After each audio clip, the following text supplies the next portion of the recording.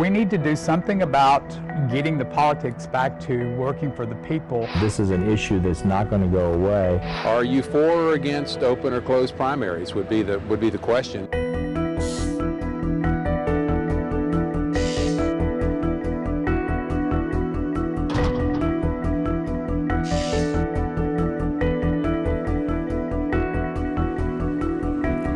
Good evening, everybody. We are live at Ferg's Depot in beautiful, historic downtown Orlando on Church Street. I'm Ibeth Brusual. Thank you so much for watching Spectrum News Original Town Hall Crossing Party Lines. Tonight, we have so much to get to, and we're dealing with a topic that many of you watching right now will think, I don't care. It's boring. It's a snooze fest. But tonight, we are going to make you care on all sides of the I-4 corridor, from the East Coast to the West Coast. This is a very important topic. Okay, so let me break down what you're going to see tonight. We're here at Ferg's Depot. It's a happening place.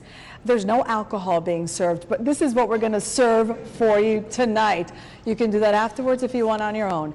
We're talking with our live studio audience in just a moment. Give yourselves a round of applause for showing up tonight. Yes.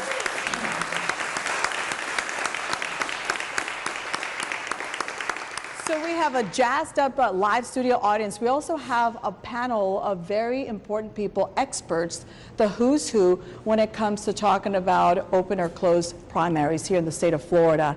And then we know that we cannot live without our phones. We are addicted to social media, so light up your Twitter and Facebook. Julie Gargata is here taking all of your questions, and she's going to go through some of the messages that we have gotten and continue to get about this very important topic. All right, we'll get to our panelists in just a moment, but first let's talk about the topic at hand. So right now, Florida is a closed primary state. What does that mean? Okay, Republicans vote for Republicans, Democrats vote for Democrats. What about everybody else? Independents, NPAs, you are literally shoved off to the side and you have to wait until the general election. A lot of people say, you know what, that's not fair at all.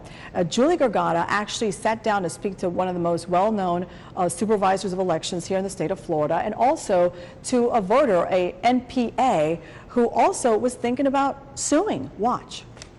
Each election season, the political mailers seem to miss Emmett Odell's house. The parties aren't targeting the NPAs, and we're 1/3. Nearly a third of the voter bloc in Orange County shut out of the primaries. It doesn't say in the Constitution, we are the Democrats and Republicans. It says we are the people, and the people ought to be able to vote for who they want to. Odell, a lifelong voter without party affiliation, is part of a growing movement calling for open primaries. We have voters who get very angry about why can I not vote for my candidate, no matter what my party affiliation. Orange County Supervisor of Elections Bill Cowell says it's in Florida's Constitution. You have to be a registered member of the Democratic Party or the Republican Party in order to participate in their primaries. 16 states, including New York, Pennsylvania, and yes, Florida, have closed or partially closed primaries.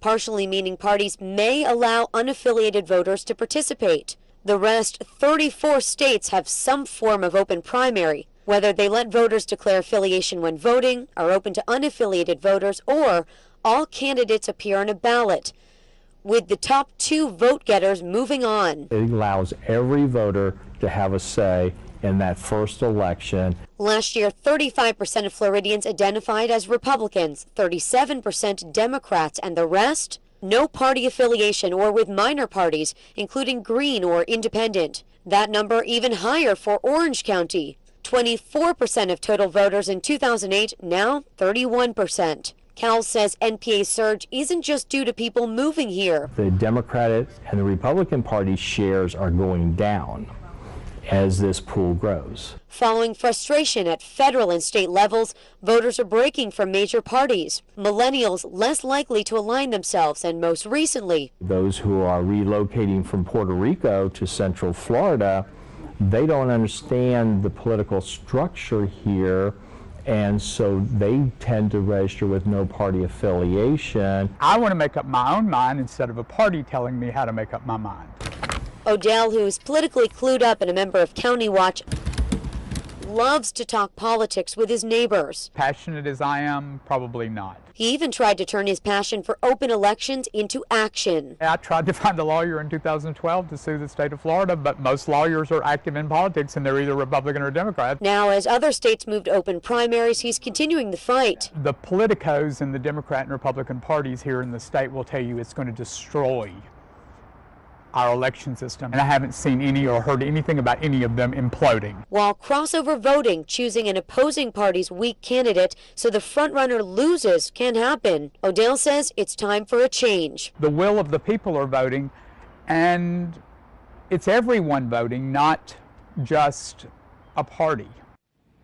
You know, there are proposals out there to amend the primary system, including one for a top two system by Commissioner Bill Schifino. He's with the Florida Constitution Revision Commission, or CRC. That proposal made it through one committee, but it hit a roadblock as of late when it did not pass in a second committee overview. Beth? Okay, thanks so much, Julie. We're going to get to our panelists in a moment. First, housekeeping notes. There are no prompters tonight, you guys, because we want this to be a conversation, like you're having a talk with somebody having coffee or a cocktail, and you get to the heart of the conversation. So let's get going, shall we?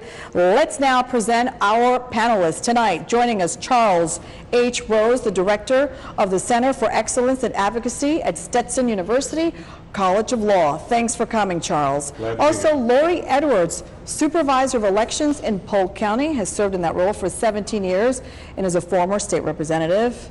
And now, Michael Ertel, the Supervisor of Elections in Seminole County. Happy anniversary, Michael. Thank Today is 13 years, your 13th anniversary of becoming the Supervisor of Elections in Seminole County. It is. Where's the cake, right? Also with us tonight, attorney and Florida election law expert Glenn Burhans Jr.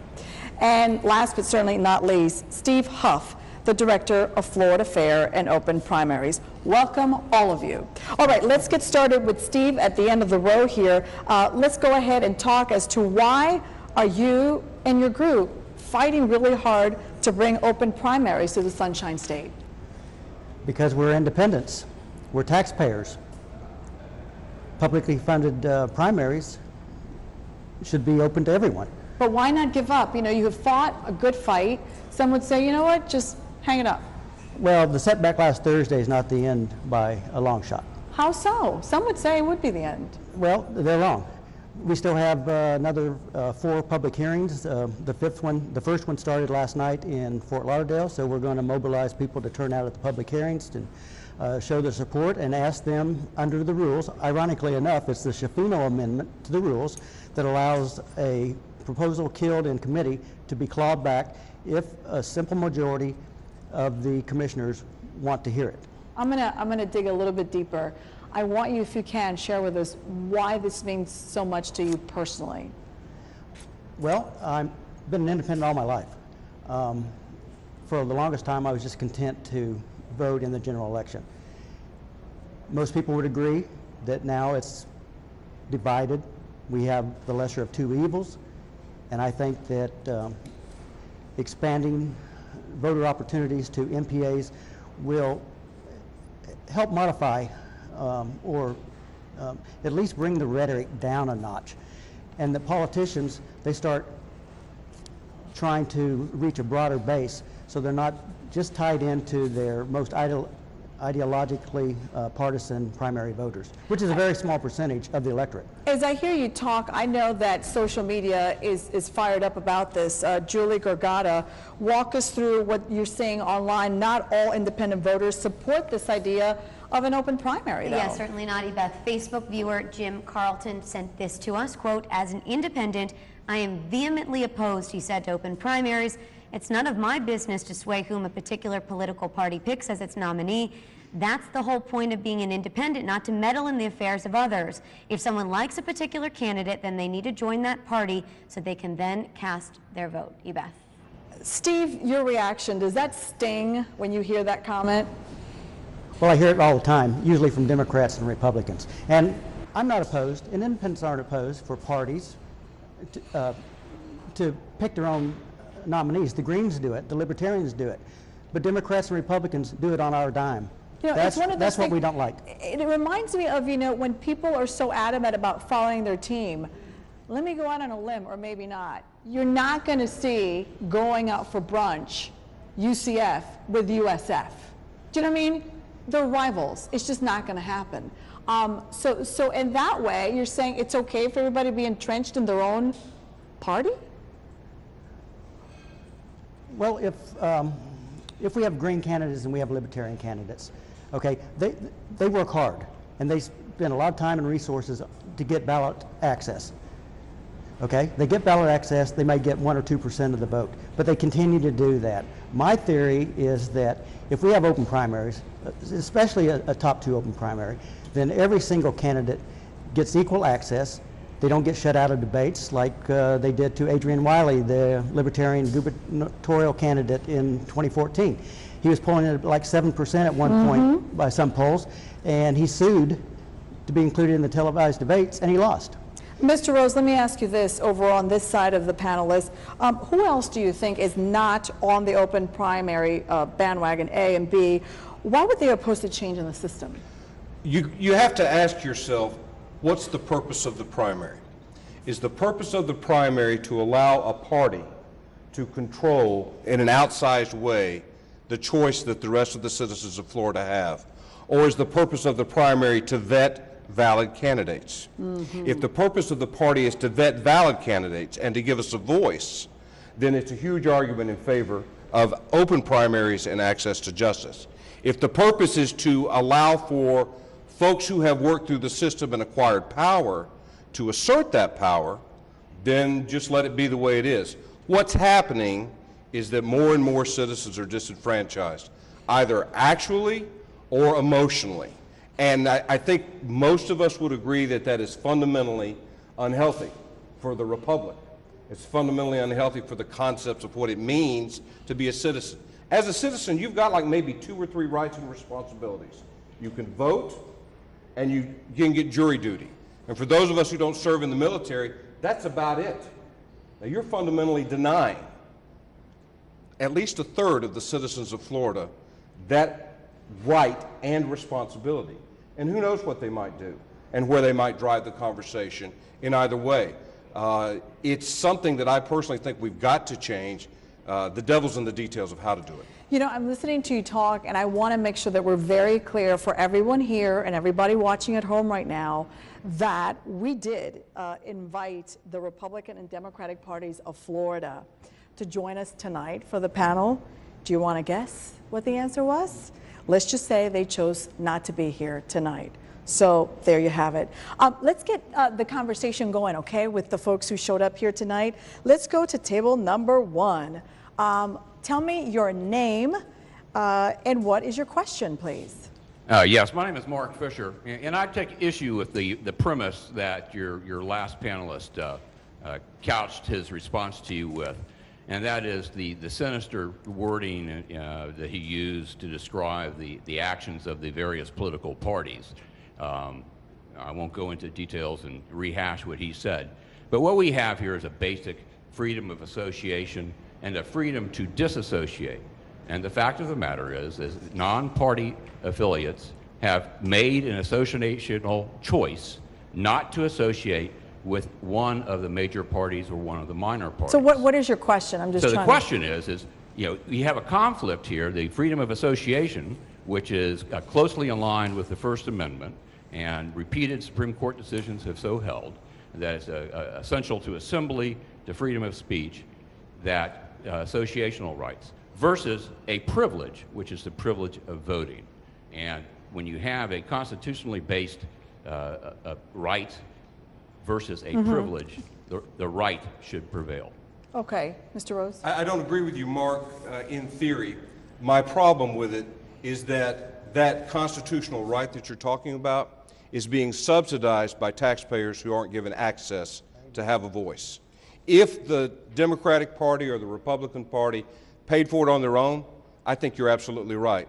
But the moment they take tax dollars to subsidize their selection process, then they are subject to the question of why should the rest of us not be allowed to participate. Okay, let's continue the conversation with Michael Ertel and also with Lori Edwards, our Supervisor of Elections here on the panel. Can the open primary system work in Florida, and how, how would it change the current voting experience?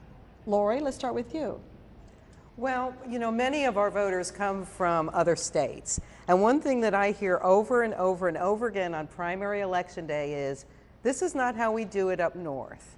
And so I can say that for the many Floridians that are new and have come here from elsewhere, it might make a little more sense to them. I think as an election administrator, probably my biggest challenge as it relates to closed or open primary is the voter education element. And I know that Spectrum News and other outlets help a lot with that. And certainly Mike Ertel and I do a lot of mailings and signage and our own public relations to try to get that word out. But still, every single election day, there's many, many voters who show up and are not happy with the closed primary. Michael? Well, I think, Charles kind of touched on it a little bit. And the question is, what is a primary? Is a primary semifinals, or is it an opportunity for each political party to select their standard bearer? And I think the folks that think of primaries as semifinals will almost universally say there should be open primaries. I think the folks that believe that the primaries are the opportunity for each political party to select their standard bearer. And by the way, in Florida now, the Libertarians, the Green Party, they don't do it off on the side, they do it on our ballot as well now. It's been like that for about 6 or 7 years. So if those folks that believe that it's the opportunity for the party to select their standard bearer, I think they believe that it should remain as it is, a closed primary system. So the real question is what you think an open, or what you think the primary election is. And if we want to change to a semifinals, then that totally changes the game. Wow, that's such an interesting way of understanding it for regular folks like me who are going, what did they say? What did the experts say? Bringing it down in layman's terms. Thank you so much for that. Now, Julie Gorgata, let's bring you back into the mix. This sparked a lot of comments on social media for sure. For the most part, Republicans and Democrats do not support an open primary system. I think that's what we're hearing from everybody tonight. Those registered in third party or no party tend to support it. Yeah. Seeing obviously a lot of passion online, people sending us things. I want to read you a couple of messages. For example, Facebook viewer Sandy Nugent Killian, she left us this message. She said, leave it closed. An open primary is a disadvantage. The opposing party voters can cross over, as we touched upon in our first piece, and vote for a candidate that would be easier to beat in a general election. Facebook viewer Debbie Fawcett Connolly writes, as an independent, I think it's grossly unfair that I am barred from voting in a primary. I vote in every election. My vote should count in a primary as well. I am a legal American, born and bred. Change the law. And finally, Facebook viewer Sam Durantz wrote, no one is disenfranchised, as anyone is free to join any party they choose. They can have the say who represents that party, allowing non-members to choose a party's leaders. Well, it's just not right. Beth? Yeah, it's pretty much the same that we're hearing from our panelists. Julie, I want to ask this to Glenn. Julie Gorgata highlighted at the top of the show, talking about the proposal, the Constitution Revision Commission, the CRC, is working on bringing open primaries to Florida. Now, you've worked on this project extensively. You are considered an expert. Why do you think it just flat out did not get through the second round of committee hearings? Well, Beth, I don't know why. I suspect there could be politics at play, because when you look at the composition of the CRC, they're appointed primarily by the governor, the Florida House Speaker, and the Florida Senate President. The Chief Justice of the Supreme Court, probably in the best position to appoint people to review the commission, got 3 of the 37 appointees. So I suspect there was some politics at play. And I want to comment on the online comments that we've been getting. The debate has been framed by opponents of open primaries as being against party autonomy and being against freedom of association, and that people somehow, by being NPAs, are making a choice. Well, I think that's a false narrative. That's a false argument. The real issue here is, what good reason is there to bar people from participating in the elections that matter? And if you just look at the CRC proposal by Commissioner Schifino, his amendment expressly preserves the associational rights of the parties, so they can go ahead and nominate whoever they want to go through a top 2 primary process. So there's no real conflict there. I think it's a false dialogue being promoted by the political parties because they want to keep power to themselves. They've been writing the rules for almost 200 years now. Wow.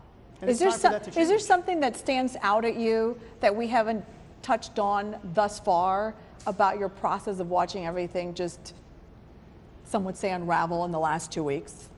Well, something that we haven't touched upon yet that I think is vital to consider is that it's not just a question of somebody choosing not to be in a political party. It gets to a more fundamental issue. Are you being represented? And when you look at how the districts have been drawn in Florida, and you look at the composition, you know... Gerrymandering. We need to do another special That's on a that. whole nother segment. Yeah. We could do a week on that. But my point is this. When you look at the Florida House, there are 120 districts. 92 of those, when you look at the composition, when you take the minority party and the NPAs and other non-major parties, 92 out of that 120, those folks outnumber the quote-unquote majority party. Yet the majority of folks are barred from participating in the primary that's likely going to decide the election in the primary election versus the general. And that's why this is an important issue, because our elections, particularly legislative races, are being determined in the primary election where people are barred. Taxpayers who subsidize those primaries are said, sorry, you can't come, you can't vote. Now, it's no answer to say, well, pick a party. This is America. Why should we have to pick a party in order to have our vote? This is communist China. This is not Russia in the 80s.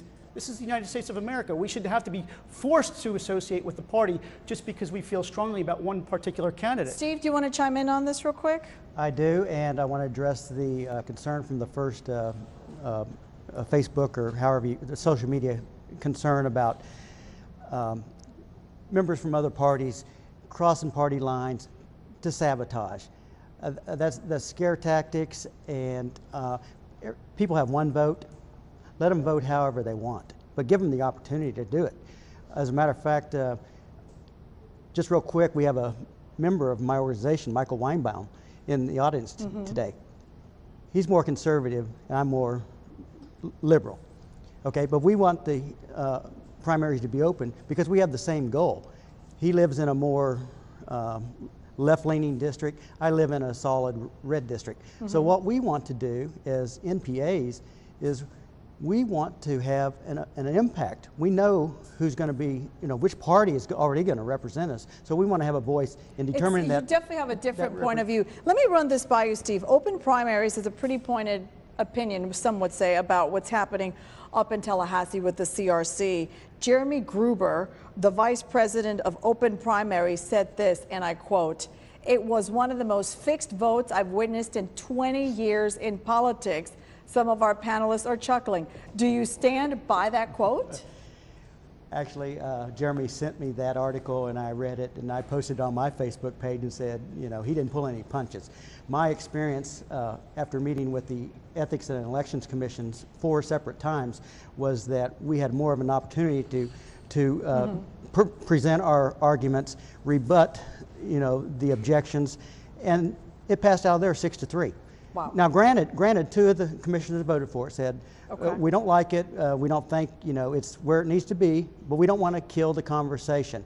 We went to 6 days later, we went to the the General Provisions Committee in less than 1 hour of a meeting that was scheduled for 4 hours with only 2 agenda items.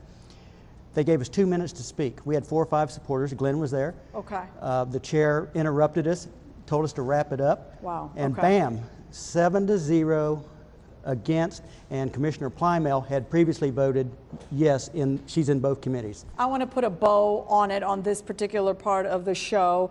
Important to note that we invited the chairman of the Constitution Revision Commission, Carlos Baruf, and 4 other members to join us for tonight's town hall.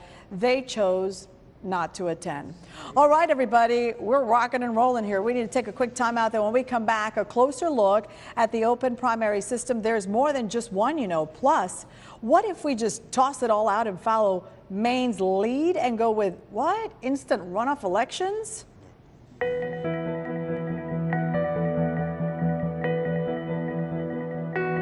You're watching a Spectrum News original, Crossing Party Lines, live from Ferg's Depot at Church Street Station in the heart of downtown Orlando. Stay with us.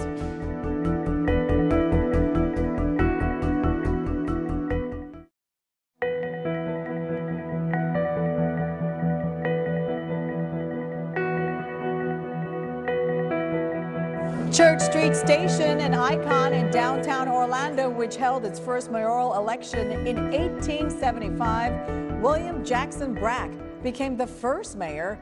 The Orlando mayor is officially a nonpartisan election.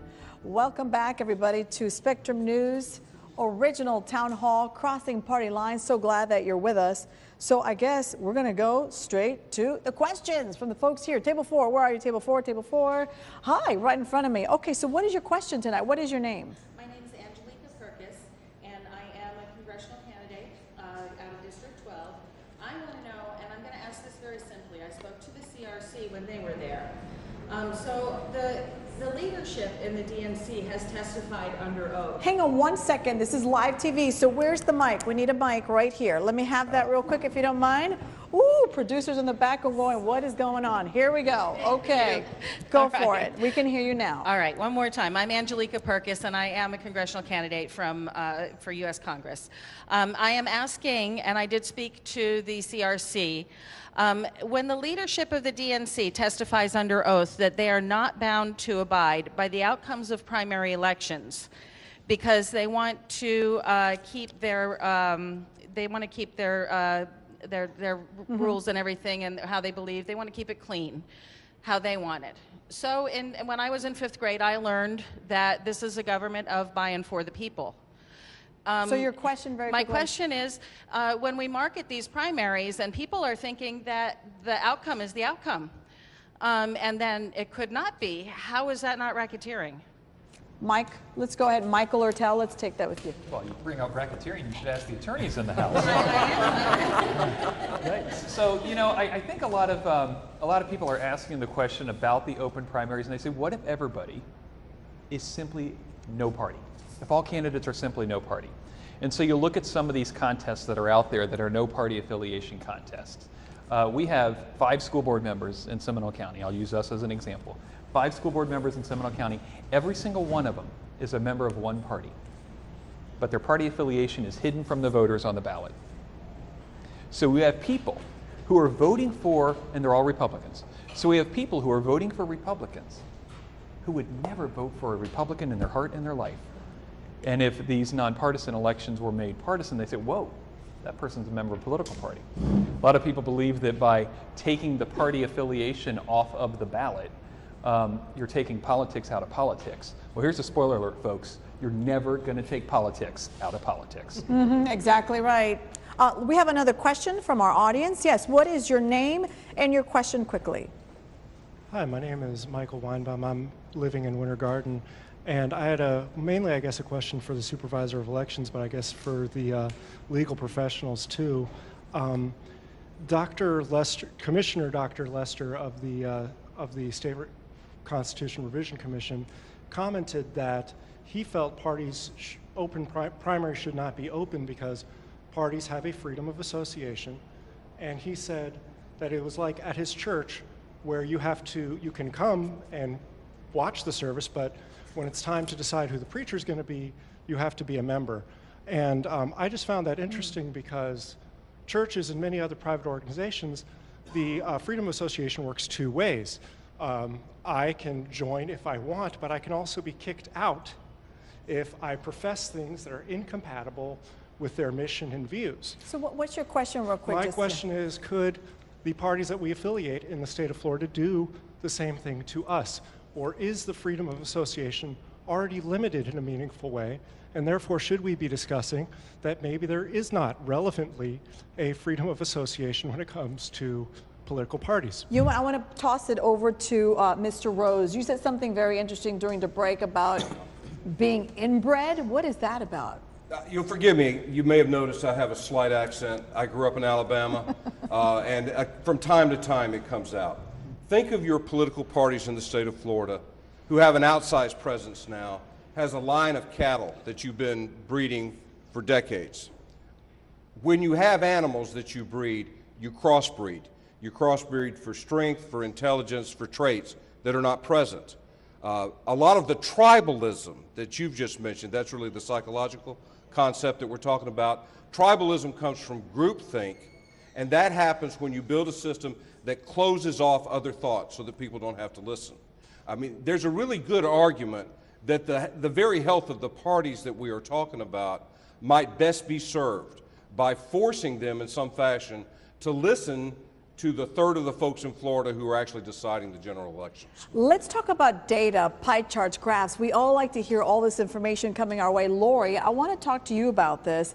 You took a very close look at what other states are doing in regard to primary elections, which is the focus tonight. First, let's talk about the different types of open primaries, because people think there's just one. Sure, there's only 9 states that have closed primaries. And then I think there's about 13 to 15 states that have the open primary. And contrary to the map that you showed up there, there's all this middle ground that's partially open and partially closed. That sounds confusing. It is confusing. And when I look at the map, I see this crazy quilt of different choices. And it's not unlike what we see in the presidential primary selection process. Is it a caucus, or are we going to have an election? Is it winner take all, or does it work this way? Is it binding? Is it not binding? And so I think what I'd like to focus back on, just to remind everybody, is I know we call them primary elections, but nobody's getting elected. Okay, let me ask you this, Lori. Which version of an open primary do you think would work for Florida? Well, my first interest is always as an election administrator. And as an election administrator, honestly, my interest is keeping it simple and easy to understand, not only for our voters, but for the thousands and thousands of people who give up a long, hard day on election day and work to help all of the election officials run an election. So my interest would be one where if we went to an open primary, and I don't really know that that's my perception, but to answer your question, if that's the way that we'd like to go, I'd like it that everybody that walked into the precinct gets the exact same ballot. What I would like to avoid as an administrator is you come in and go, oh, give me the blue one. Oh, let me have the white one. Oh, I think I'll take a blue one, because that just, it causes us a lot more, frankly, logistical challenges. Wow. Hey, Julie, let's go ahead and toss it back to you. One of our Facebook viewers believes that we should just toss out all of the ideas and follow another state's lead. You have a live Twitter feed right now. Yeah, actually, we just got a question in, rather kind of a comment question, so you can, I guess, address it as such. But this is from Vicki Gibson Edwards. She tweeted, what about the people who are independent because they don't favor either party, or else they don't think it's anybody else's business whether they vote Democrat or Republican? We're supposed to be in a free country, she said. Guess not in Florida. Not in Florida. What about the Facebook? Are we still getting some of the folks chiming in that way? Yeah, we have a guy, Jeff Michaud. He thinks we should follow what Maine is doing. He said, quote, if we ever want to break the duopoly and give third-party candidates a chance versus just being spoilers, every state should follow Maine's lead and move to instant runoff elections. You Beth?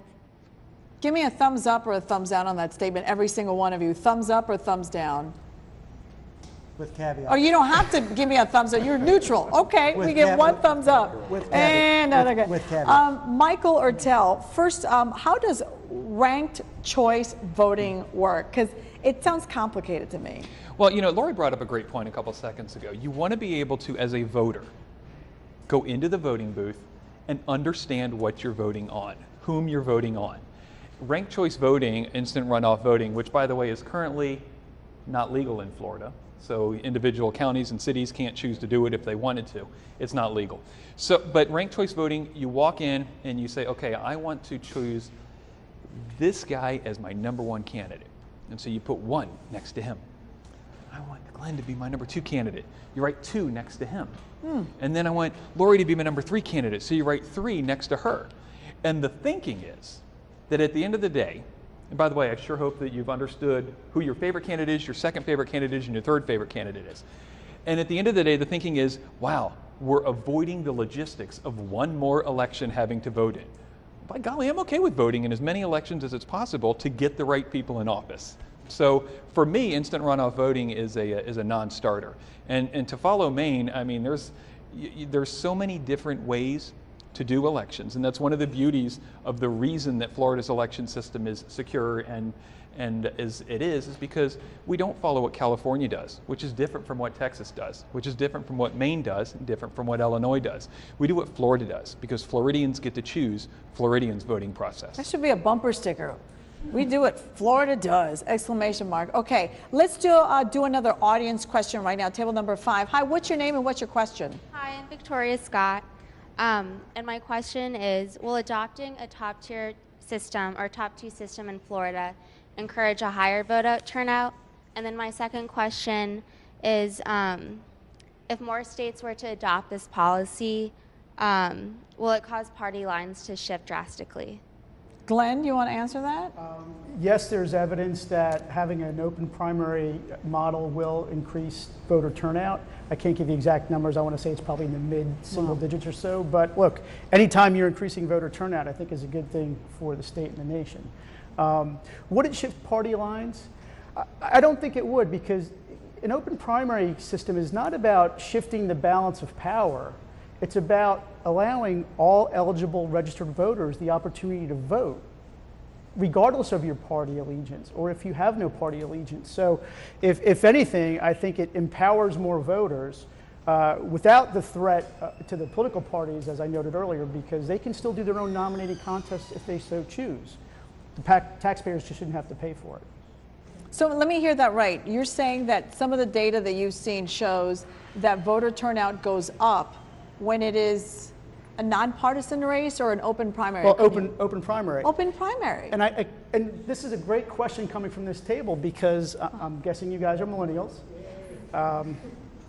And when you look at voter registration trends over the past 20, 30 years, the parties are losing folks in droves. You know, in 1990, NPA voters, or neither major party voters, were 7% in Florida. Now they're almost 28%. In a few years, they'll be a third of the state, on par with the other two major parties. But when you look at the registration, in particular for millennials, it's about 50% of millennials who register to vote are rejecting the parties. That's why this is such an important issue, because that trend is only going to continue and accelerate over time, and that's going to lead to greater disenfranchisement in the future. Okay, so lots of folks watching going, man, I have questions. Julie, let me toss it back to you, the social media aspect of tonight's event. What are some of the questions that you're getting? I want to bring up the next one, where this viewer is saying that she has some strong words, we should just say, right, for some of the major parties. She said, quote, "The campaigns themselves have become big business and tend to muddy the water and focus only on negative garbage.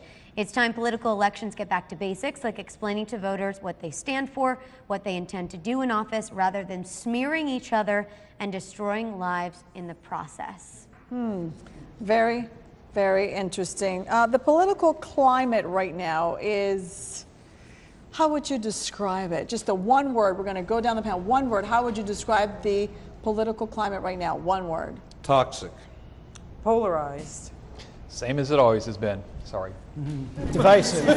More than one. That was a wonderful political answer. It's your anniversary. You get more than one word. Okay, go ahead. Divisive. Rancorous. Okay. All right, everybody.